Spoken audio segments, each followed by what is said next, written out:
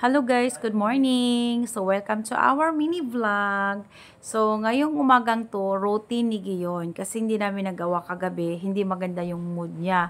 Lagi lang siya sa kwarto kahapon, parang giniginaw or something nilalamig kasi nga yung panahon ngayon makulimlim. Ngayon maulan na naman ngayong umaga guys, wala na namang araw, para ng alas 5 ng hapon, 'di ba? So ayan, pinunasan ko muna siya. Sabi ko mag-routine tayo, maggamot tayo ng itchy-itchy. So sumama naman siya sa akin. Tapos dito kami sa sofa. Yun na kasi yung parang clinic-clinic namin. Yung parang inaano ko siya, halika na, nandito na si doktor. Mag-doktor-doktora na naman tayo. Maggamot na naman tayo ng itchy-itchy mo.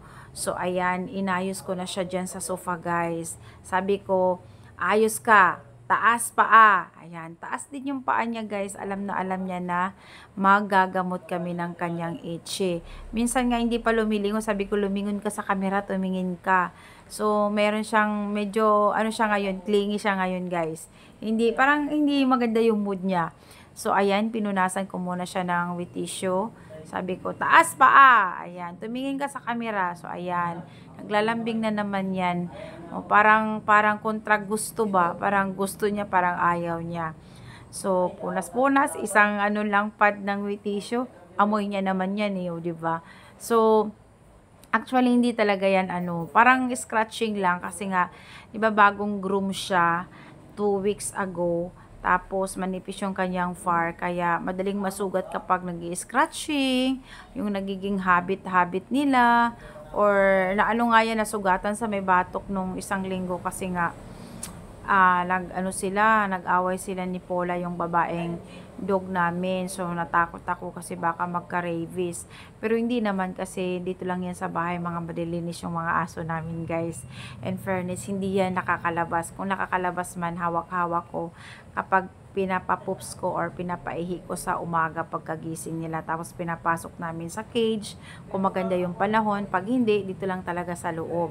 Buti naman hindi lang, siguro na hagip lang yun ng kuko ni Paula. Kaya, 'di ba, mawo-worry kapag farm mommy ka eh. Baka na naman ako iki-clinic na naman, mahal pa naman guys. Sawa ng Diyos, okay naman sila. Na ano lang yata yun ng kuko. So, ayan.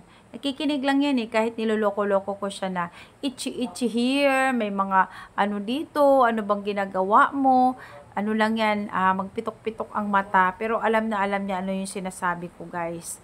So, di ba nakakatuwa naman kapag may mga fur baby. Parang feel ko kasi pag ano, malungkot ako or may something nararamdaman ko, inaano ko lang 'tong mga aso ko para nakakawala din ng stress.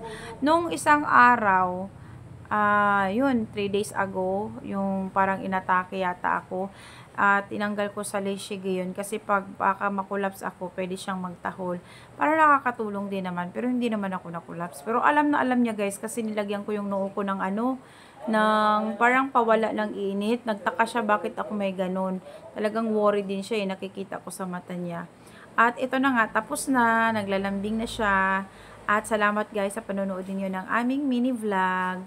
Ayan, so tapos sa kami ano ng kanyang itchy-itchy. And ayan, thank you very much for watching our video. Bye-bye everyone!